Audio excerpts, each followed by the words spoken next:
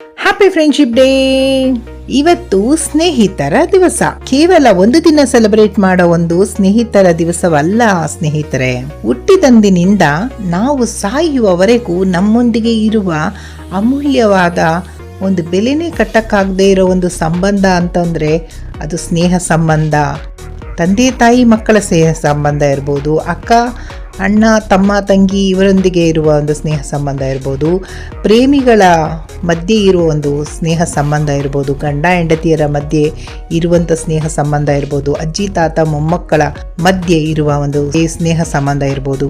ಯಾವುದೇ ಒಂದು ಸಂಬಂಧದ ಒಂದು ಅಡಿಪಾಯ, ಒಂದು ಬೇರು ಅಂದರೆ ಅದು ಸ್ನೇಹ. ಸ್ನೇಹ ಇದ್ರೆ ಮಾತ್ರ ಆ ಒಂದು ಸಂಬಂಧಕ್ಕೆ ಲಾಂಗ್ ಲಾಸ್ಟಿಂಗ್ ಅಂದರೆ ಕೊನೆಯ ತನಕ ಉಳಿಯುವ ಒಂದು ಸಂಬಂಧವಾಗುತ್ತೆ.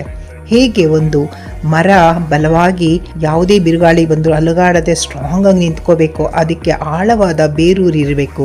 ಅದೇ ರೀತಿ ನಮ್ಮ ಜೀವನ ಸುಂದರವಾಗಿ ಕೊನೆಯವರೆಗೂ, ನಾವು ಸಾಯುವವರೆಗೂ ನಾವು ಸಂತೋಷವಾಗಿ ಕಾಲ ಕಳೀಬೇಕು ಅಂದರೆ ಸ್ನೇಹ ಅನ್ನೋದು ಬಹಳ ಮುಖ್ಯ.